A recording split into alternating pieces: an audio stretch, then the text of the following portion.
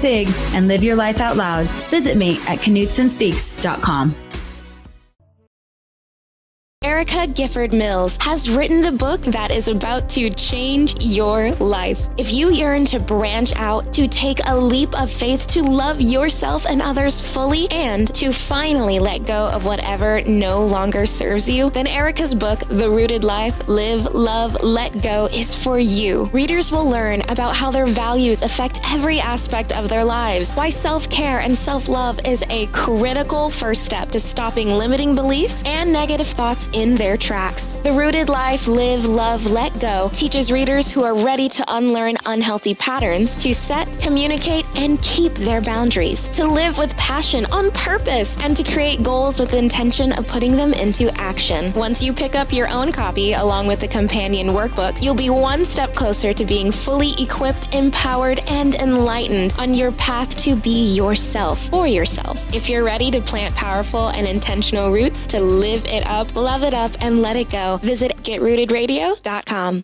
Hi, I'm Gwenem Carsley, transformational body, sex, and soul coach. This is not a show just about sex. This is a show about being raw, real, and awake inside the skin you're in. This is about the mess and magnificence of being human through the gateways of intimacy, eros, and what we rarely tell. It's a reckoning with the real, where breath meets bone, where truth undresses us and gasps seep through the cracks. We're not here to behave. We're here to feel, to experience, to grow and expand, not at the convenience of others. It's for the parts of you that have been silenced, ache, grieve, pulse, remember, and forget. We strip it all back. The shame, the scripts, the performative sex and performative self. We speak the unspoken. We get intimate, not just with bodies, but with truth, gritty and soul-bearing. We explore what it means to live inside, knowing we are going to die, not as someone you were told to be, but as who you really are beneath it all. Imperfect, hungry, sacred, messy, in skin, in soul. Join me at Skin and Soul, Fridays at 10 a.m. PST on Transformation Talk Radio.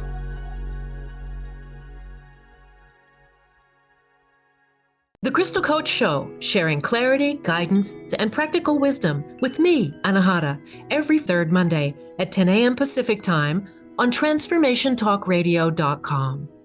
On The Crystal Coach Show, we channel divine wisdom through stories of service, spirituality, and stones for self-care. Feel connected and reside in the vibration of love. For more information and to connect with me, visit thecrystalcoach.com. That's thecrystalcoach.com. Cut the shit. Stop struggling to feel present. Stop being taken advantage of. Express how you feel and stop making choices based on what other people think. Intuition Unleashed, a Revolution in Personal Liberation podcast, is your go-to resource for combining guidance with mental health and spirituality and solving your questions about why you can't seem to catch a break and find your true happiness. And you can find more episodes at becknelson.com/podcast. Hi, this is Mark Anthony.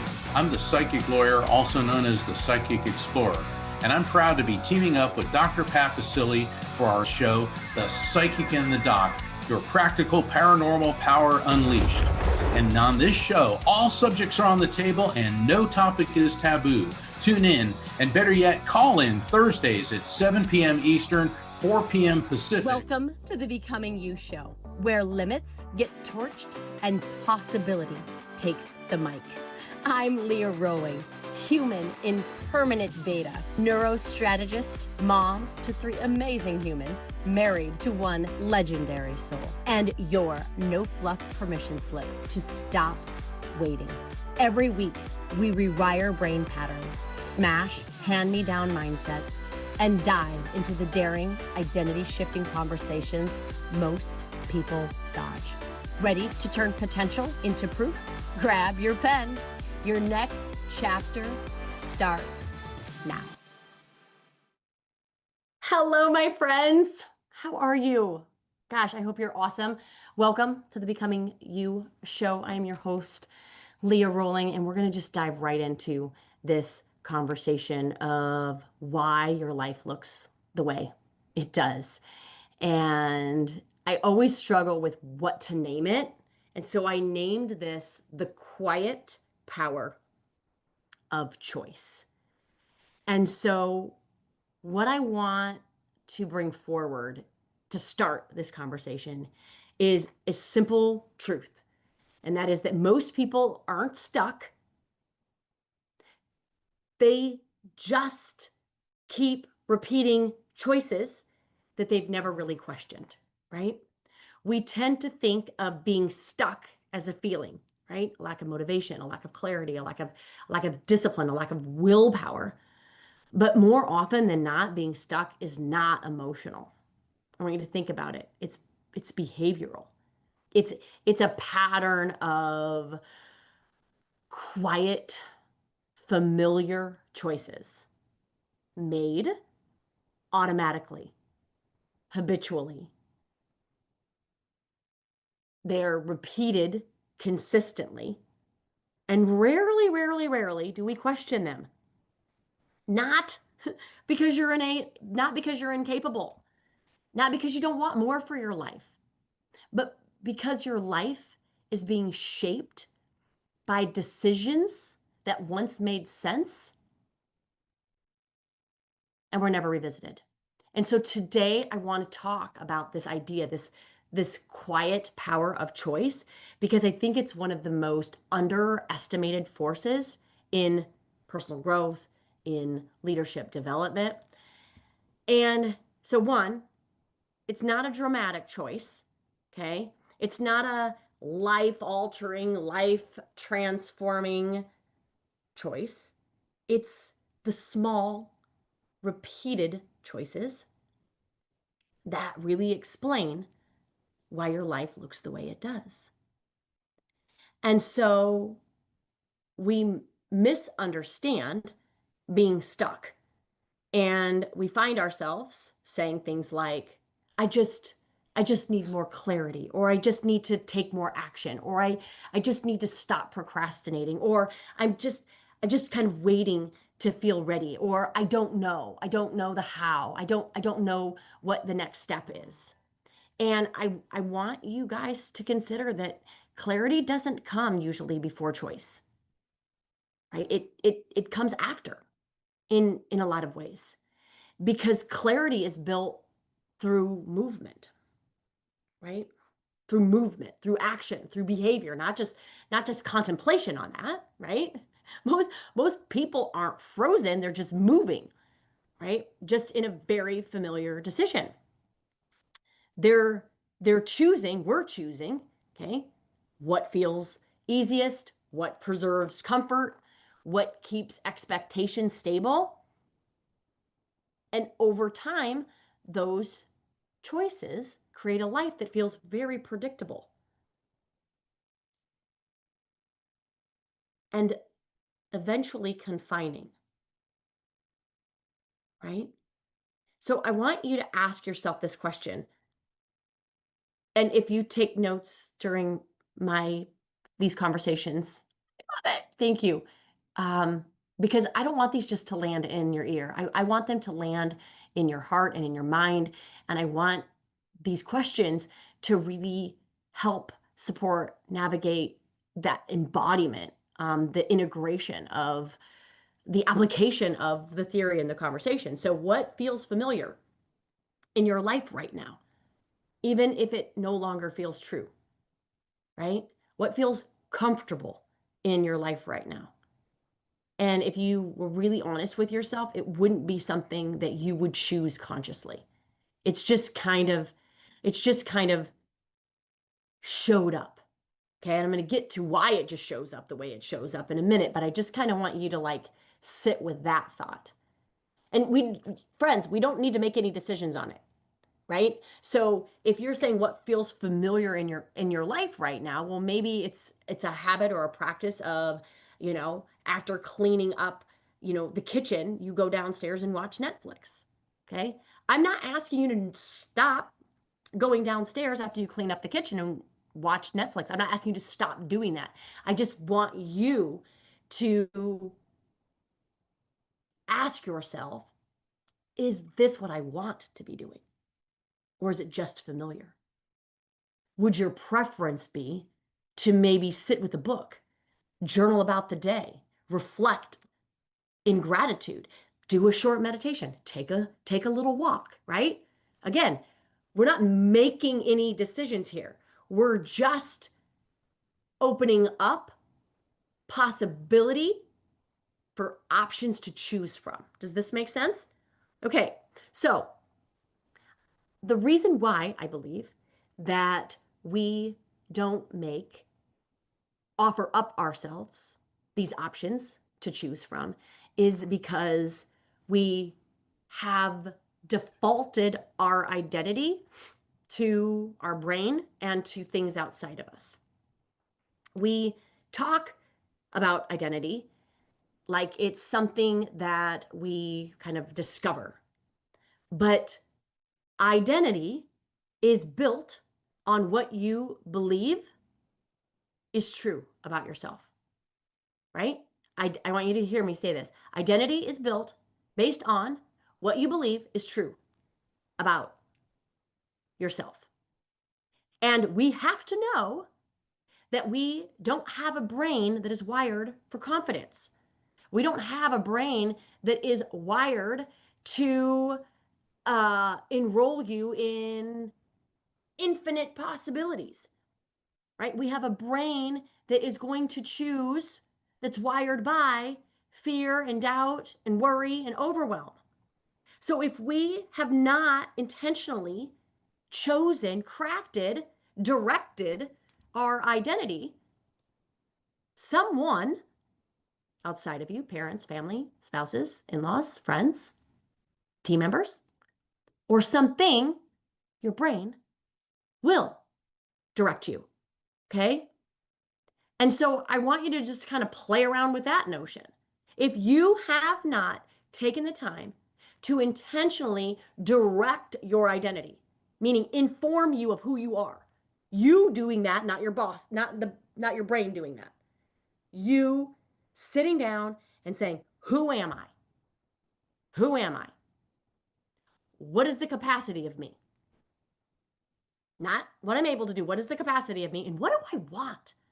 What do I want? I think for so many of us, what happens is we get to this place in our life, right? We graduated, we got married, we had kids, we got a job, we've got a house, maybe in not that order. And then we've just stopped thinking, examining, being curious about who we are. People stop asking, right? When we're young, everybody's like, ooh, what do you want to be when you grow up? Ooh, do you want to get married? Oh, awesome. You want to have kids? Right? And then as we get older, people stop asking. And so we stop thinking about it. We stop thinking about what it is that we could want. We stop thinking about what is the capacity of us. We stop thinking about what our future holds for us as if we've checked all the boxes. And now we just rinse and repeat. And that random nature of our life is exhausting. It doesn't bring any sort of sense of aliveness to it. And I think what happens is that then we settle on having a good and even a great life.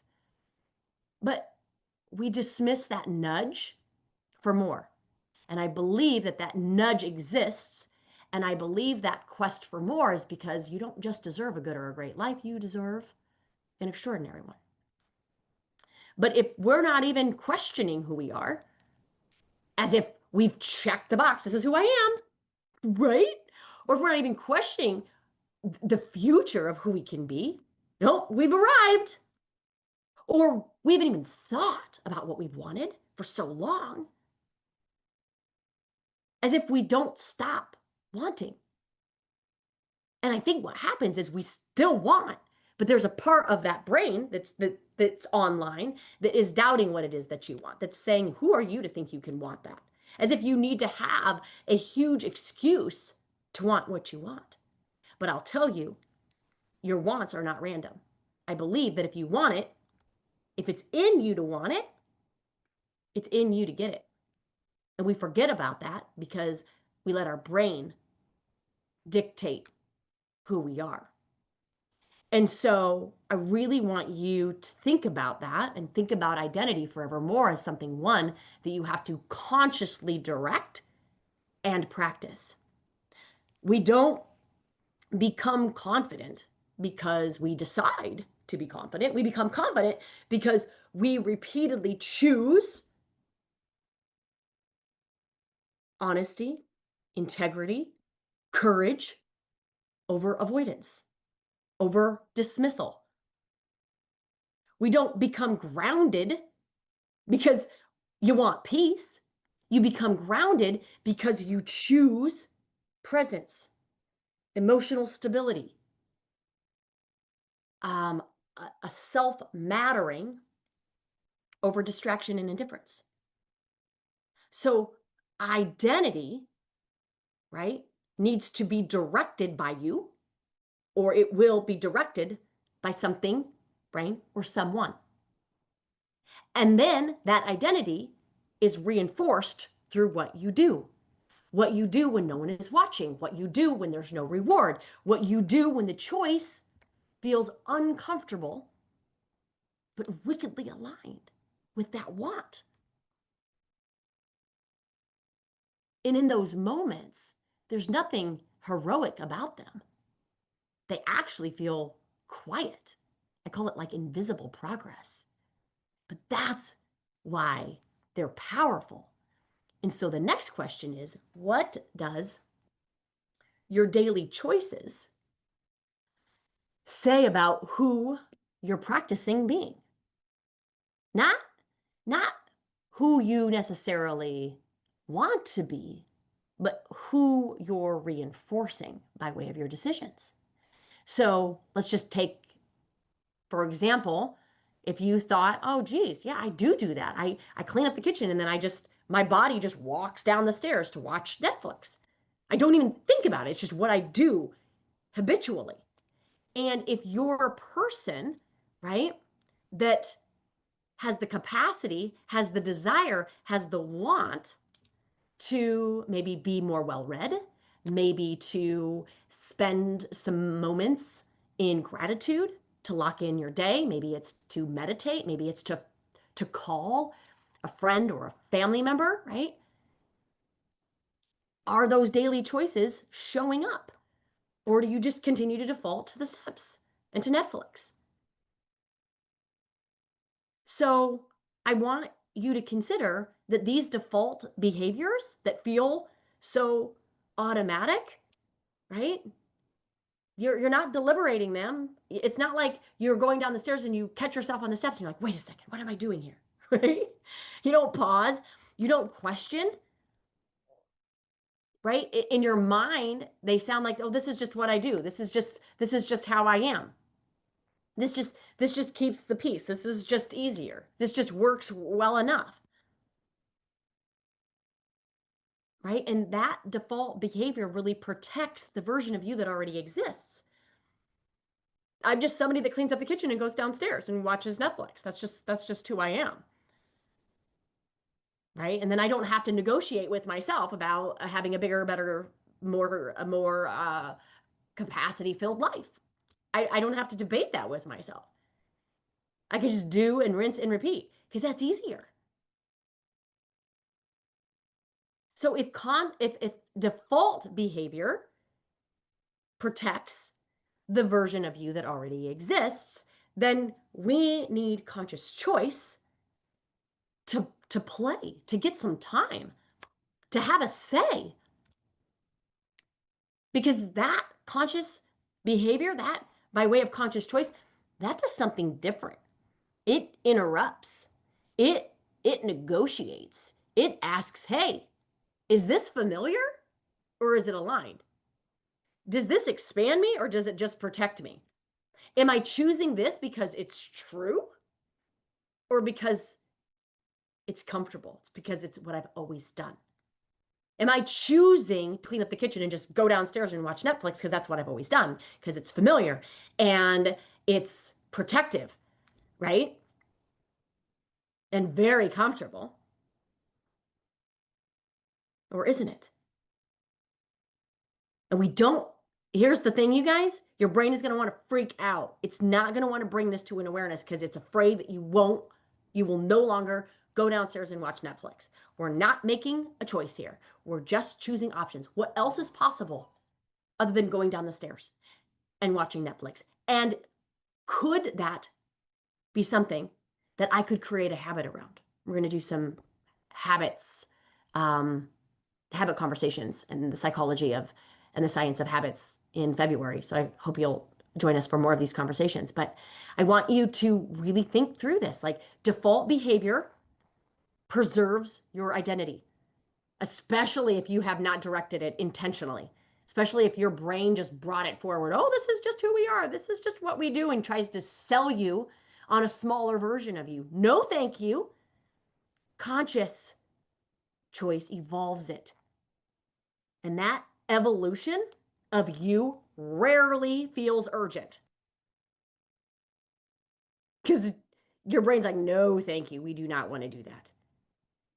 Okay? So, where then are you choosing ease over the capacity of you? Where are you choosing ease over your own potential? Where are you choosing ease to stay small, maybe without even realizing it? Okay? So here's something really interesting that I wanted to bring forward as we close out this conversation. We think change requires big moments, right? Quitting, ending, starting over. We tend to think in black and white, which means that for my brain, if I choose to not go downstairs to watch Netflix after I clean up the kitchen, then I will forevermore not ever be able to, right? But identity rarely shifts through really big declarations, right? It shifts through very small, repeated decisions, right? So maybe in that same example, maybe on Tuesdays. Maybe just on Tuesdays, instead of defaulting to going down the stairs, I grab a book and a tea and I sit in the living room or in a little cozy area of my home and I read for 10 minutes or I read for 5 minutes. And then I go downstairs.